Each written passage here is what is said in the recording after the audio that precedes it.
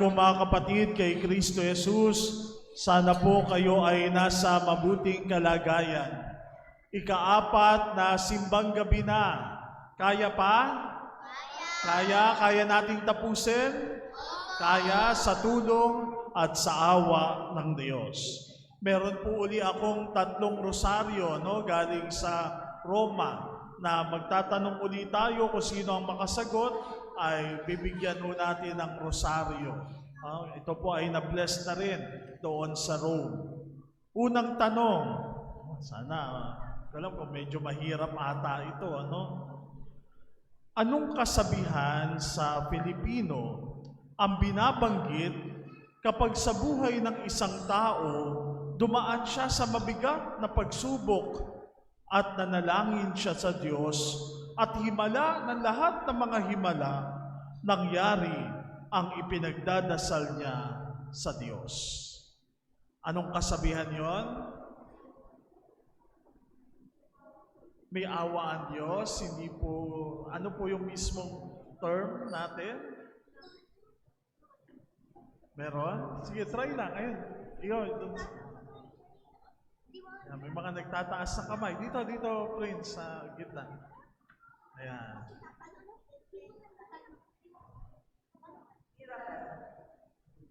Miracle. Pero yung pong mismong kasabihan sa Filipino. May himala. May himala. Hindi po. Medyo malapit na ho doon sa miracle. May himala. Yun. Yung mga nagtataas ng kamay. Sige po. Nasa Diyos ang awa, nasa tao ang gawa. Kasabihan po yun. Pero hindi pa po yun. Malapit na ho. Malapit na. Dito sa harapan. Meron pa dito sa harapan. Hindi natutulog ang Diyos. Malapit na rin ho. Malapit na. Hindi natutulog ang Diyos. Sige po. Ito. Prince dito, Prince. Ayan. Salamat sa Diyos. Salamat sa Diyos, hindi ho. Clue. Naku, medyo nahirapan ata kayo, Siyempre, pang-4 na araw na, Siyempre, pahirap na, may sagot kayo dyan? May mic dyan, may mic.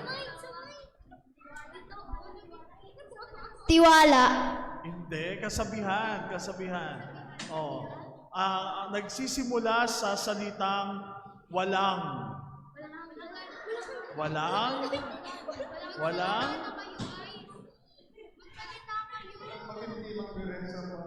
Kapag halimbawa natupad yung panalangin at sasabihin natin, ako, totoo nga na walang hanggang pagpapala, pero kasabihan natin sa Pilipino, ayan, si ate. Walang imposible sa Diyos. Palakpakan naman natin. Walang imposible sa Diyos. Ako, parang medyo nahirapan na sila, sa pang-4 na araw. Pangalawang tanong. Medyo madali-dali ito. Ewan ko, madali nga, medyo mahirap. Anong salita? English ito, English naman. Anong salita na nagsisimula sa letter F? F. Father, medyo mahirap na naman ata yan, Ang dahilan kung bakit nag-aaral ang isang tao. Anong salita ayun, may nagtaas ng kamay doon, Prince. Naka-color gray. Anong salita na nagsisimula sa letter F ang dahilan kung bakit nag-aaral ang isang tao? Dahil sa future, hindi. Pwede syempre, pero meron pang isa pa, merong isa pang dahilan. Ano ho yung dahilan? Faith? Hindi rin po. Pwede rin ho yun, pero hindi po yun ang hinahanap po natin na sagot, Another clue ba? Meron ba gusto mag-try dyan sa taas? Sige, dyan sa taas. Na-choir natin. Fulfillment. Fulfillment, hindi rin. Isa pa. Or family. Family, hindi rin ho. Tama po yan. Yung mga sagot niyo po, tama naman ho. Kaya lang, meron ho tayong hinahanap, na bakit nga ba Kapag tayo nag-aaral, anong nangyayari doon? Ano? Sa pag-aaral natin. Letter F. O sige, try natin doon sa taas. Freedom. Freedom, hindi rin, no? O sige, another clue, ano? Letter F, ang susunod na letter ay letter O. Letter O, ayun, doon sa dulo. Nagtaas ng kamay yun, nando doon sa dulo, no? O, sige. Letter O. Kasi kapag hindi ako nagbigay ng clue, baka bukas na tayo matapos, ano? Letter O. Foundation. Ha? Foundation. Ano po ulit? Foundation po. Foundation? Foundation ba? Tama ba ang foundation? Hindi po. Hindi yun ang hinahanap kong word. Anong word? Focus? Hindi rin. Sige, another letter. Parang mahirap ata yung mga napili kong tanong ngayon na. Letter F, letter O, next letter R. Fortune. Yan, Fortune. Tita Lolit. Ano? Ha? Portion? Hindi po. Yun. Sige. Kasi yung mga nagtaas ng kamay. Pag-aaral, ano? Fortitude, hindi yung pag-aaral. Ano pa, kapag merong nag-aaral tayo, merong ginagawa tayo sa pag-aaral. Sige, doon po, may nagtaas pa ng kamay doon.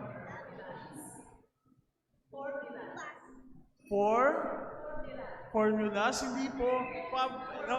Yung pag-aaral, ano po ang ginagawa natin kapag tayo nag-aaral, di ba? Ano ang nangyayari sa isang tao? Siya ay? Siklang uli. Doon sa taas naman. Sa taas. Formation. Ano? Formation. Yun po ang nangyayari kapag tayo po ay nag-aaral. Meron na po form tayo, ano? Yung isang tao. Ito, medyo madali-dali ito. Siguro madali na itong masagot, ano? Maraming mga pangalan ang nabanggit sa ating ebanghelyo ngayon. Ayan, mamimili na lang kayo kung sino doon sa mga pangalan na yon, ano? Anong pangalan doon sa ebanghelyo na ang kahulugan ng pangalang iyon ay ang Diyos ay nakaalaala?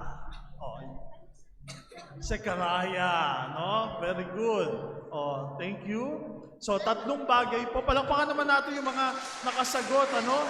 Medyo mahirap yung mga tanong natin ngayon, ano? Pero yun po yung puntos ng ating mga pagninilay sa gabing ito. Una, walang imposible sa Diyos. Pangalawa, bahagi tayo yung ginagawa natin ng formation para tayo ay ma-form. At pangatlo, nakaalaala ang Diyos.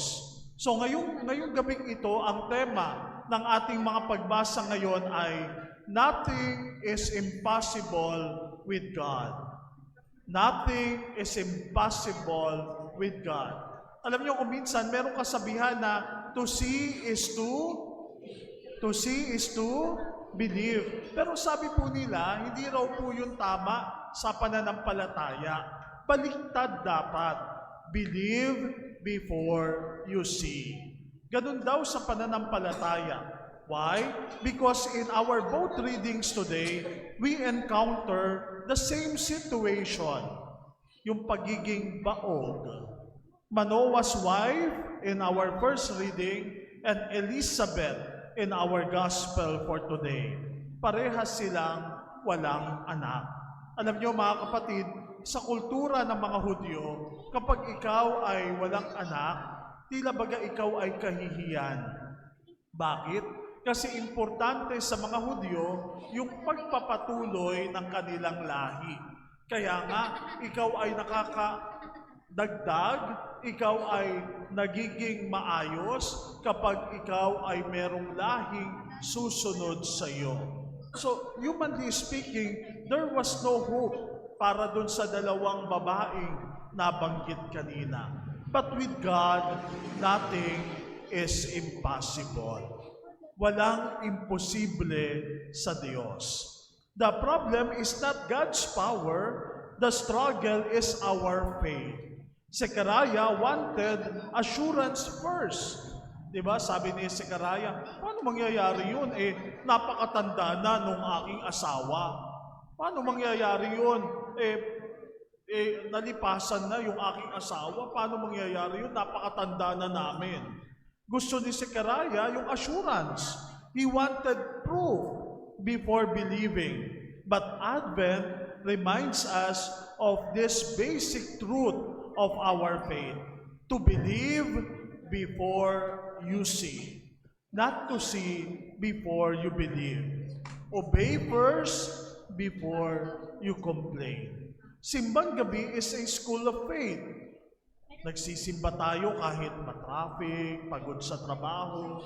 Sa umaga, gigising tayo ng madaling araw. We come in darkness, not because we already see the blessings, but because we trust that God is already at work in us.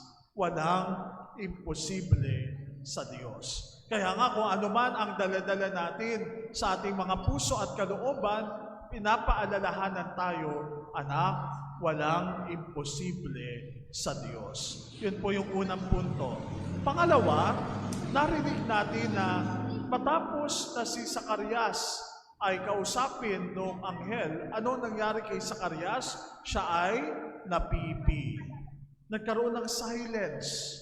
Tumahimik si Zacarias. Pero mga kapatid, sinasabihan tayo na hindi po yon punishment, bagkus yung pagtahimik ay bahagi ng formation. Yung pagtahimik ng isang tao ay bahagi ng formation. Nang nagduda si Zacarias, siya ay napipi. At first, it looks like punishment, but in truth, it is formation. Inalisan siya ng pagsasalita para matuto si Zacarias na makinig. God allows silence so that Zechariah may learn to listen, to reflect, and to trust in God. Ganun pala mga kapatid, ano? Sa sandali na para bang salita tayo ng salita, ngawa tayo ng ngawa, no? Salita tayo ng salita sa Diyos, pero pinapatahimik tayo. Shhh. Tumahimik ka. At hayaan mo ang Diyos ang siyang magsalita sa iyo. God is already working quietly in Elizabeth's womb, in their home, in their future. This is how God works, not at the climax, but in a quiet beginnings. You know, Advent season reminds us that God does His deepest work when life seems slow, silent, and ordinary. Ganun pala mga kapatid, ano? Yung pagtahimik, yung hindi pagsasalita, ay bahagi ng ating formation. Mas marami tayong natututunan kapag tayo ay tumatahimik. Yun po yung pangalawang puntos. Pangatlo, narinig natin yung kwento ni Zacarias. Alam nyo, yung pangalan ay importante sapagkat meron niyang kanya-kanyang kahulugan. May dahilan kung bakit pinangalanan ka ng ganyang pangalan. Kayo ba? Bakit yan ang pangalan na ibinigay sa inyo? Halimbawa, Klang. Bakit naging Klang ang pangalan? O, Tita Lolit. Bakit Tita Lolit ang iyong naging pangalan? Diba? May dahilan kung bakit.